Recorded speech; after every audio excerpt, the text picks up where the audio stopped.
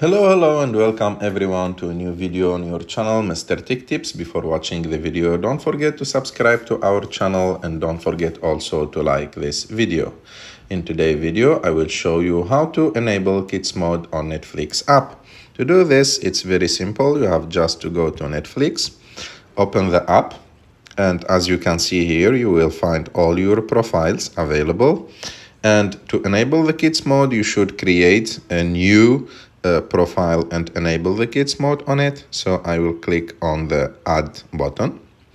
And as you can see here, I will name this profile, for example, Test. And to enable the Kids Mode, I have just to enable this Kids Profile option. And after that, click on Save.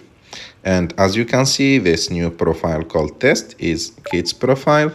So when I open it, I will find only kids like options that are available and are suitable to watch for kids.